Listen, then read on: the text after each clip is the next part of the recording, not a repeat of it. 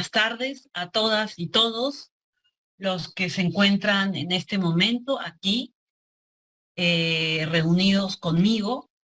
Y como ustedes saben, este espacio tiene como objetivo poder entender, poder reflexionar, comprender nuestras conductas, nuestros sentimientos, nuestros pensamientos.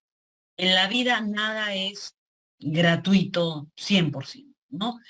Como lo que sentimos, las parejas que tenemos, las relaciones que hacemos, lo que nos gusta, lo que nos disgusta, la cólera, la rabia, los conflictos, etcétera, todo tiene un entendimiento.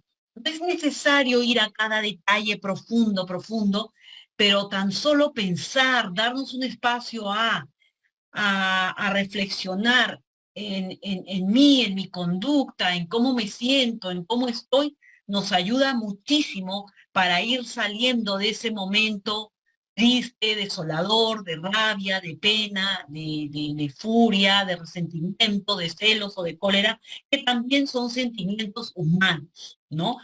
El, la terapia, la psicoterapia no tiene como objetivo eliminar y no sentir nada y estar todo el tiempo con una sonrisa falsa de payaso. No, no, no, no. La terapia lo que busca es yo conocerme, entenderme, manejar mejor mis emociones, etcétera, ¿no? Eso es. Por ejemplo, en una situación en la cual estamos ahorita viviendo como país, pues es bien difícil estar muy positiva, muy contenta, muy normal, haciendo como lo que nos pasa a nivel de nación, a nivel social, a nivel político, no nos afecte, por supuesto. Y por ejemplo, nuestras dificultades no solamente se limitan a una individualidad, no solamente se limita a mí, a mi entorno, a mi historia personal. También lo que sucede a nivel cultural, a nivel de nación, a nivel global en el mundo, por supuesto que tiene un protagonismo en nuestra vida, en nuestras emociones, en nuestros conflictos. Por ejemplo, la pandemia, ¿no? La pandemia, cómo nos afectó a nivel emocional, a nuestros vínculos, nuestras relaciones, a nuestros hijos adolescentes, a nuestros niños, etcétera, ¿no? Muchas personas, por ejemplo, perdieron el trabajo, perdieron su sustento económico. Eso, claro que va a tener un trasfondo emocional, una preocupación, una depresión, una desesperación, que a veces se puede manifestar en pena, en dolor, o también en rabia, en cólera, en amargura, en un estado de ánimo violento, etcétera. Ahora, con todo esto yo no justifico estar violento, estar molesta todo el tiempo porque, bueno, porque hay una pandemia o porque hay una u otra cosa que yo no puedo controlar. No, justo para eso están estos espacios de psicoterapia, de reflexión, que nos ayude a poder comprendernos, ¿no? A poder entender y a poder expresarlo, y ustedes lo hacen a través de las cartas que nos escriben. Bueno, yo soy Jimena Castro, psicóloga y psicoterapeuta, y como decía, gracias a las cartas que ustedes muy amablemente nos envían, podemos abrir diferentes temas para juntos acá opinar, reflexionar y pensar. Entonces, vamos a leer la carta de Víctor. Es una carta extensa que, que es mejor que la lea por partes, porque si no voy a tener que regresar a volver a leerla toda, ¿no? Entonces, mejor voy a leer esta carta por partes. Ustedes pueden escribir sus cartas, sus mensajes, breves o pueden ser largos, ¿no? Víctor nos ha escrito nos ha dado un relato largo, está bien. Entonces dice, buenas tardes, clínica de las emociones. Por favor, llámenme Víctor.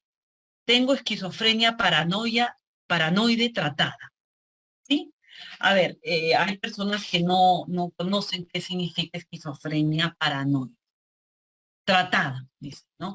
La esquizofrenia paranoide es una enfermedad mental, es una dolencia mental, y entiendo que Víctor ha ido a un médico psiquiatra que le ha diagnosticado esta enfermedad, ¿no? Porque para uno decir que tengo bipolaridad o depresión, o esquizofrenia o psicosis, me tienen que hacer yo tengo que ir a un psiquiatra, tener varias citas y a partir de eso tener un diagnóstico, ¿no?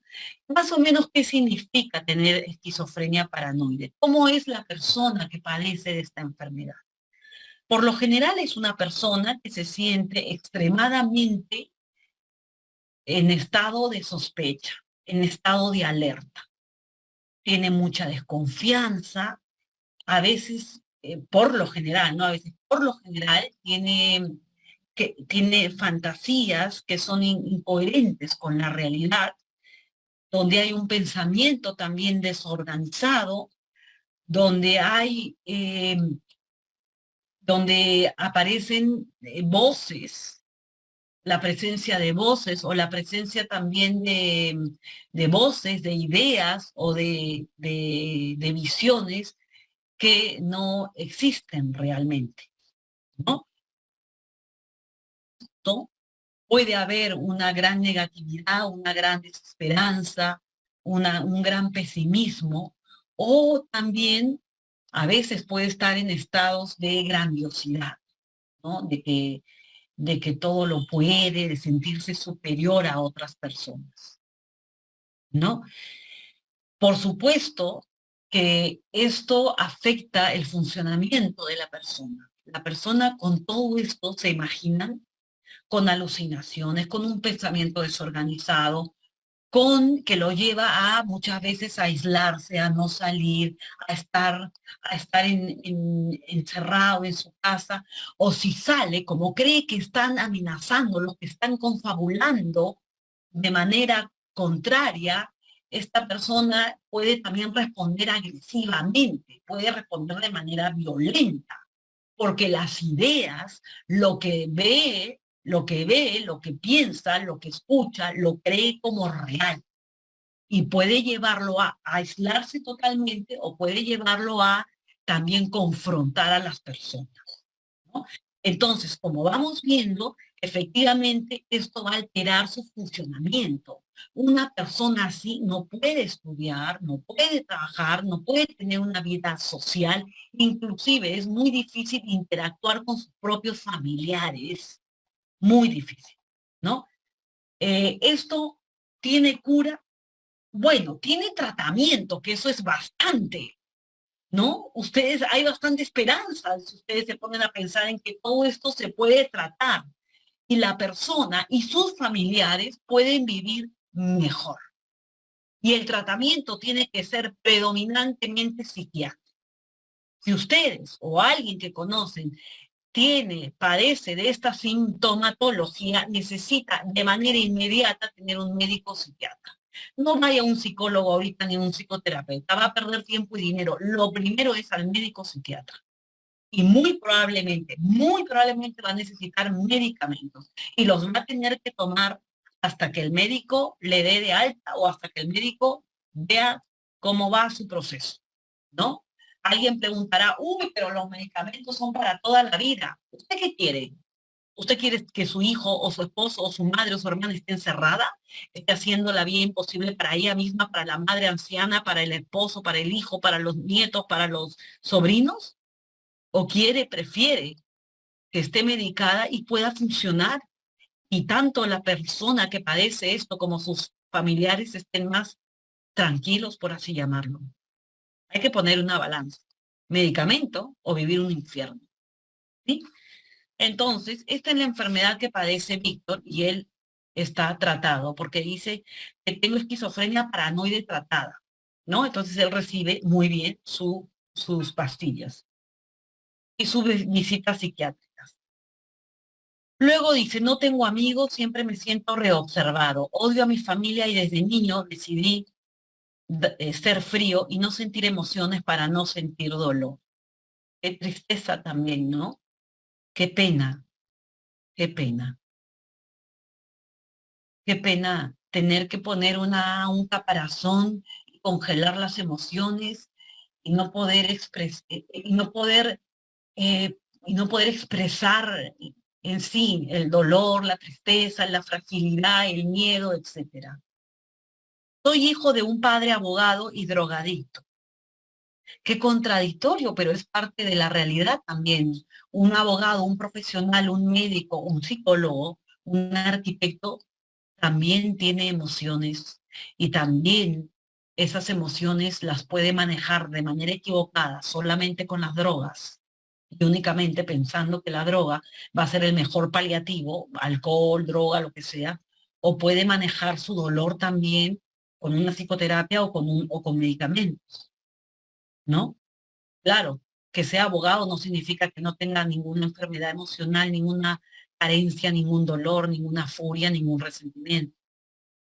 Entonces, claro, soy hijo de un padre abogado y drogadicto y madre de la sierra. Cuando ellos se conocen, mi padre le prometió a mi madre que le ayudaría a terminar sus estudios si se venían a la costa con él. Había una diferencia de 10 años, siendo mi padre el mayor. Bueno, hasta ahí lo que yo puedo interpretar, ¿no? Y permítanme interpretar. Interpretar quiere decir que plantear hipótesis sobre lo que nos cuenta Víctor, ¿no? Yo estoy planteando hipótesis, reflexiones. Algunas pueden validar la realidad, otras no. Pero bueno, yo comparto estas hipótesis que me nace de lo que escucho, de lo que estoy leyendo.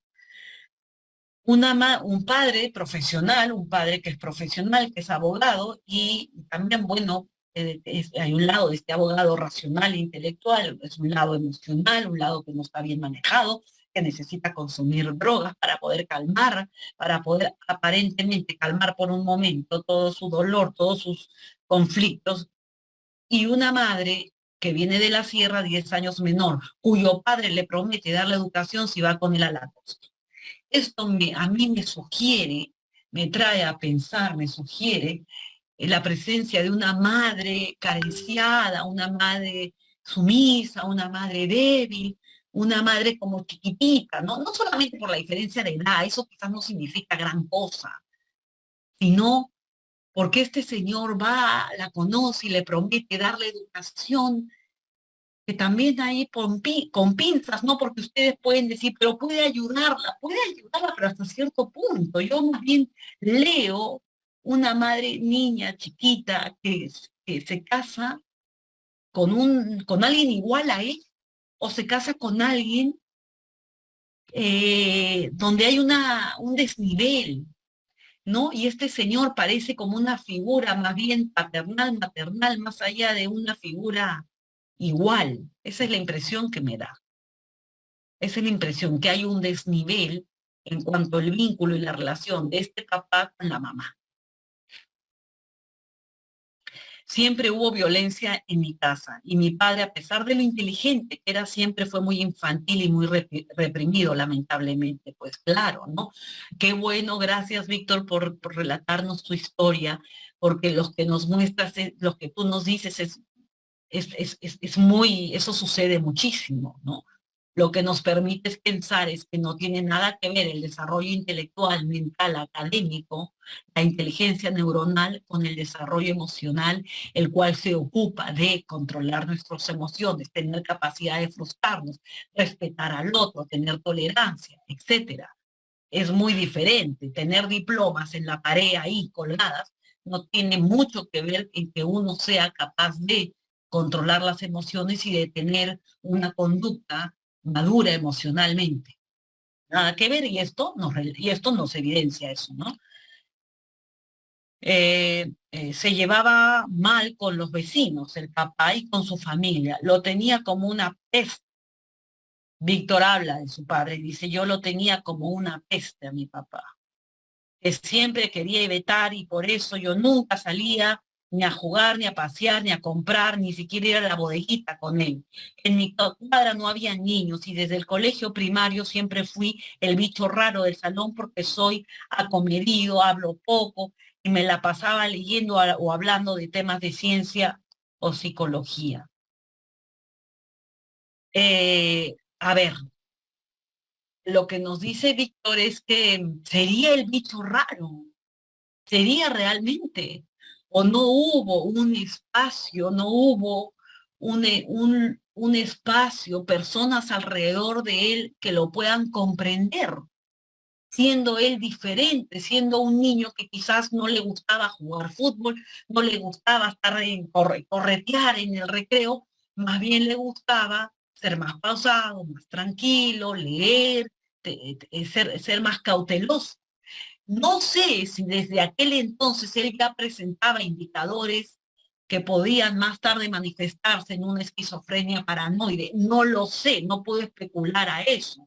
No porque un niño sea digamos, más quieto, sea poco comunicativo, le guste leer, ¿no? Sea más calmado, por así decirlo, o bueno, no calmado, sino más quieto, ¿no? Sea más pasivo, esta es la mejor palabra, creo, signifique que eso esté mal. Yo creo que lo que pudo haber pasado es que eh, no lo comprendieron, lamentablemente, ¿no? No lo miraron un poquito más a fondo y desde aquel entonces pudieron facilitarle un espacio en donde él pueda desarrollarse a su manera, ¿no? Más allá de que él tenga que ser como los otros, también poder integrarse desde lo que era él, desde su identidad y desde su personalidad, ¿no?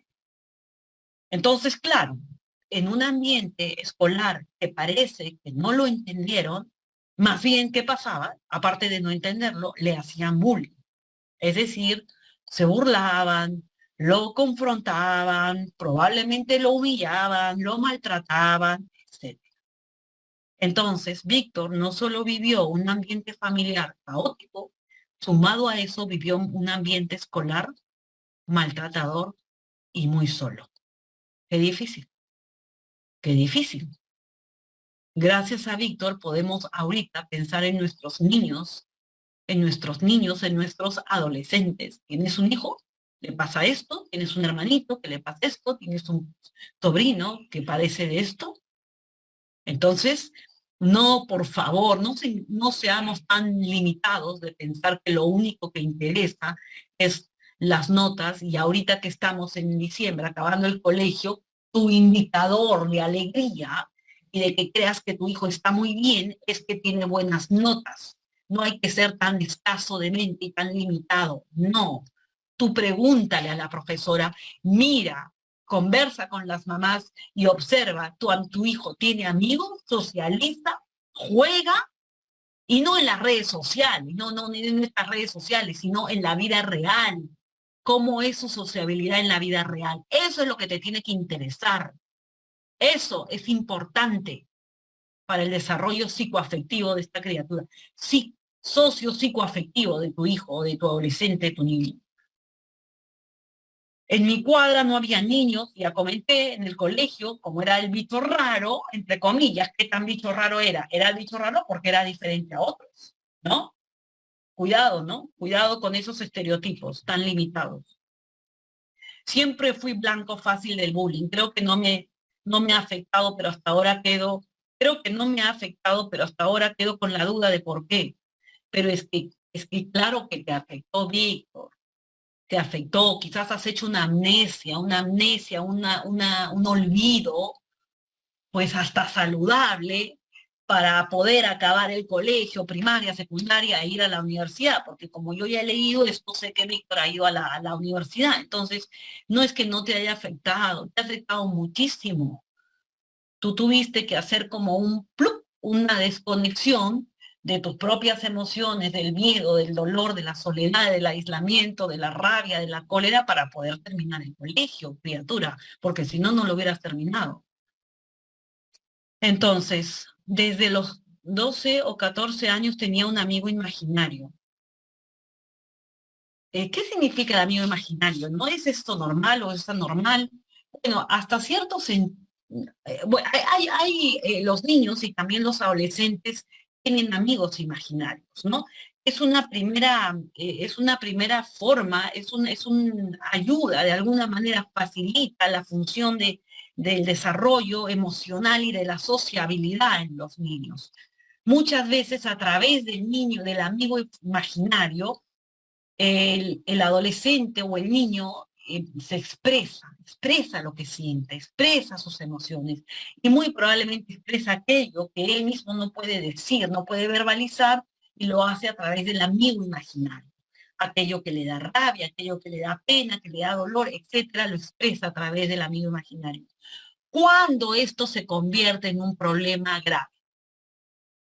Cuando el niño o el adolescente solo se relaciona con el amigo imaginario, ¿no? Solamente. Si yo tengo mis amigos en la calle, en el barrio, me relaciono con mis primas, con mis amigas, etcétera, si yo tengo eso, me disfruto de eso, ¿no? Encuentro una satisfacción en eso, pues el amigo imaginario es como una cosita ahí, como alguien aparte, alguien que está, pero que no prima en mi vida, que no prima en mi vida, que no es lo único en mi vida, porque también tengo una vida social real que existe y que me gratifica. Cuando eso no existe, ahí estamos en problemas y hay que buscar ayuda. Eh, Luego dice, cuando tuve 14, 15 años evolucionaron, ya empezó, ya pues ya no había, bueno, acá ya vemos que desde un inicio no había una vida social, empezó a tener este amigo imaginario, a los 15 años las voces y las percepciones de cómo podía ser la persona o qué es lo que podía hacer, empezaron a invadir, ¿no? A tener voces que le hablaban, que le decían cómo hacer, qué piensan de él, etcétera, etcétera, cómo comportarse, etcétera. A pesar de estudiar biología, me gusta perfilar a las personas y tengo registros bien ordenados, ¿no? Estudia biología, Víctor, qué bueno, qué bueno, qué bueno que estés estudiando biología, ¿no? Es rescatable que estudies biología porque en la carrera el ir a estudiar, ¿no? El comprometerte con los exámenes, con las exigencias académicas, etcétera. Pero también llama la atención cuando dices, me gusta perfilar a las personas y tengo registros bien ordenados. Perfilar a las personas y tener registros ordenados, ¿no? Me quedo pensando en eso. Quizás es una manera de como tener, es como un poco protegerte, ¿no? Como un mecanismo de defensa para poder relacionarte con las personas, ¿no? Como que las tasas, ¿no? Haces un mapeo de las personas, de quiénes son, de cómo son, de qué pueden hacer, de qué hablan, qué les gusta, qué no les gusta. Claro, y quizás Víctor necesita todo este paneo, ¿no? Todo esto bien estructurado para él poder así relacionarse con las personas, ¿no? Para que las reacciones de las personas no le afecten tanto y él pueda vincularse, bueno, relacionarse, él pueda socializar algo, ¿no? O sea, yo creo que haces este registro y este ordenamiento de cómo son las personas para que te permita a ti mismo ordenar tus emociones y tus pensamientos, ¿no? Y por ende, socializar un poco. Escribo porque lo que me preocupa son mis seguidos autosabotajes, que soy muy mudo, no me nace hablar con las personas y que soy temperamental, aunque no uso la violencia cuando me siento agredido, sino las palabras o planes a largo plazo para hacer quedar a esa persona, para hacer quedar mal a la persona. Sea como sea, me ha alejado de buenas personas y he perdido buenos amigos. Y el COVID no ha ayudado a mi aislamiento porque en eso estoy reaislado. Por supuesto que el COVID afectó muchísimo, muchísimo el intercambio, la sociabilidad, parte de la vida importante de niños y adolescentes y también de personas que, como en el caso de Víctor, tienen un diagnóstico dado por un médico psiquiatra, pero aún así con medicamento puede estudiar y puede hacer su vida. Pero el COVID y el reclutamiento cortó toda esa sociabilidad y ese avance. Pero acá dices algo valioso, Víctor. Tú llegaste a ser amigos, tú dices que he perdido amigos, he perdido buenas personas, buenos amigos. Si los has perdido es porque los tuviste, porque fuiste capaz de controlar tu miedo, tu estado en alerta, el pesimismo, la negatividad, la rabia, la cólera, pudiste controlar eso y llegaste a vincularte. Lo hiciste. Claro, el COVID vino, desgraciado, COVID, y paralizó esto.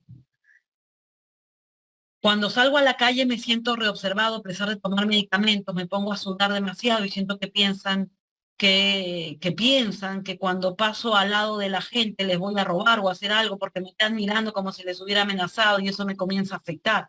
Pero tú también sabes que esto es son ideas tuyas, ¿no? Probablemente tu propia conducta, como dices, como bien la describes, como eres consciente de tu propia conducta, al otro lo intimida un poco, ¿no? Y puede mirarte, obviamente, que te puede mirar de manera un poco extraña, pero no quiere decir que la persona realmente te piense que eres una persona violenta o que vas a hacerle daño. No. Actualmente ya no escucho voces, ni veo cosas, ni hago tantas proyecciones, pero me siento miserable, tanto que ya ni de casa, ya ni salgo de casa, ¿no?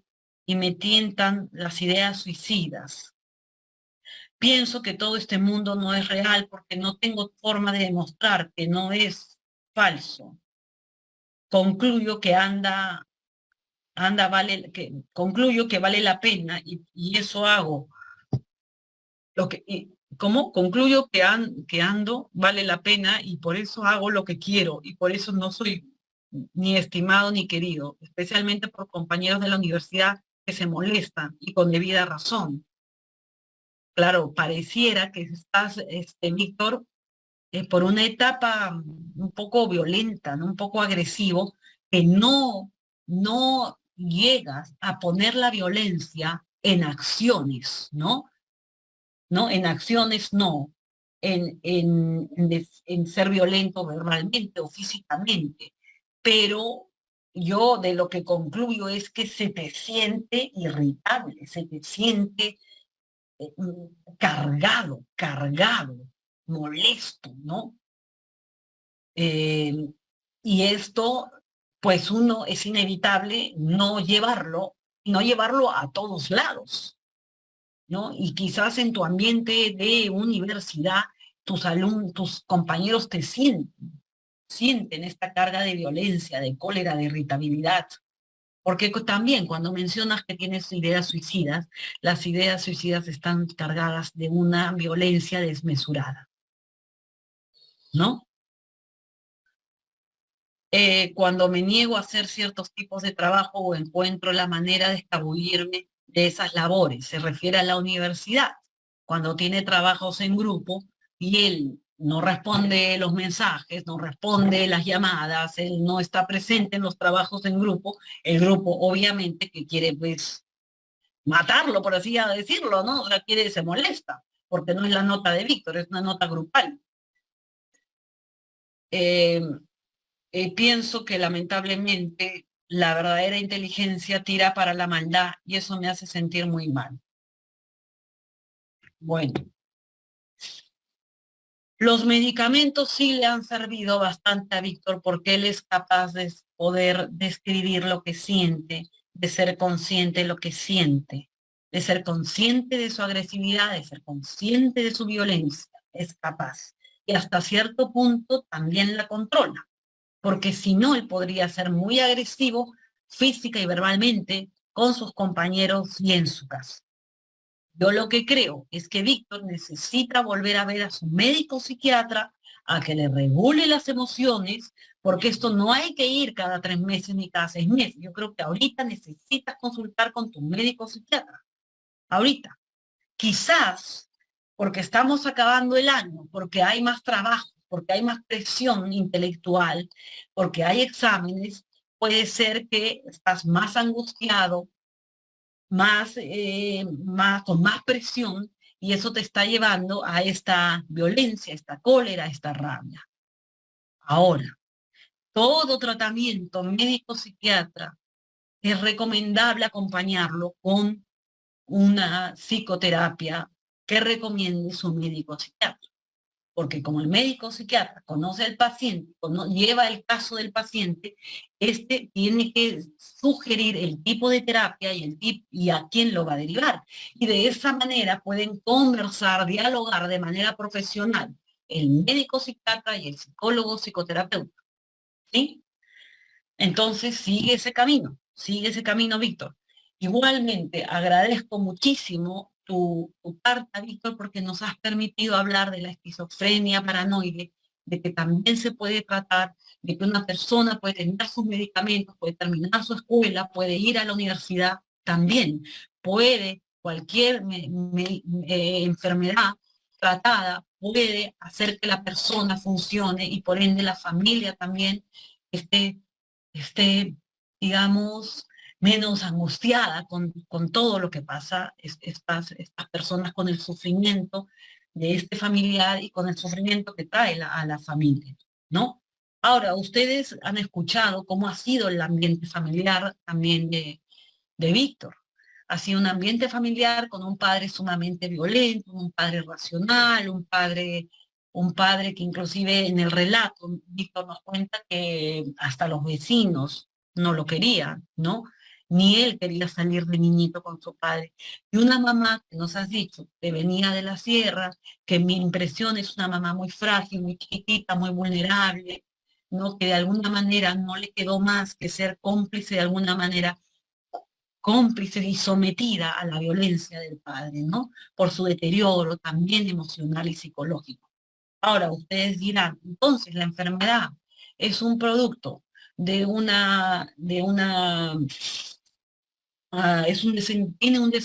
antecedente, un origen biológico, un origen genético, un origen ambiental o psicológico. Definitivamente que la esquizofrenia tiene un origen genético, ¿no? Pero si sumamos a un ambiente familiar disfuncional, cargado de violencia, cargado de cualquier tipo de violencia, verbal, física, sexual, psicológica o la misma indiferencia, el abandono, es una forma de violencia, más la carencia económica, etcétera, más la precariedad que impide que estas personas tengan un apoyo desde temprana edad con médicos profesionales, con médicos, con psicólogos, con profesionales, quiero decir, y encima se suma un ambiente escolar de bullying, de agresión, pues la enfermedad se desata, la enfermedad se manifiesta, ¿no? ¿A qué edad se manifiesta? Puede manifestarse en la infancia, como también en la adolescencia o en la juventud. Entonces yo creo, Víctor, que has avanzado bastante en lo que es su tratamiento, en lo que es hacerte cargo de la enfermedad, tomar medicamentos. Yo te diría, saca una cita con tu médico psiquiatra y pregúntale sobre continuar una psicoterapia, porque también no dudo que la psicoterapia te va a ayudar muchísimo también. Bueno, señores, muchas gracias por estar acá conmigo, por acompañarme, por ser parte de seguir trabajando conjuntamente en nuestra salud mental, emocional de nuestra sociedad, tan necesaria todo el tiempo. Estos momentos difíciles, sociales, políticos, pues evidencian la necesidad de un apoyo, de tomar conciencia de la precariedad emocional en la cual se encuentran miles de nuestros compatriotas en cada rincón del Perú. El Estado también necesita hacer algo por la salud mental y emocional de la gente, ¿no? Por supuesto que sí, por supuesto. Ahorita estamos pasando por un momento aparte, un momento difícil, un momento angustiante, un momento doloroso, que pues según lo que yo opino humildemente, es algo que ha brotado, que siempre ha estado ahí, latente. Siempre ha estado latente esta enfermedad social, esta situación. Siempre ha estado latente. Ahora se manifiesta. Pues ojalá que las autoridades tengan la mejor forma de abordar los problemas que son de mucho tiempo atrás. Bueno, un fuerte abrazo. Antes de despedirme, no se olviden que hoy a las 6:30 la doctora Carmen González tiene un espacio de psicoterapia virtual. La información la pueden tener llamando a los teléfonos de la Clínica de las Emociones. Ha sido un gusto estar con ustedes esta tarde y hasta la próxima semana. Un fuerte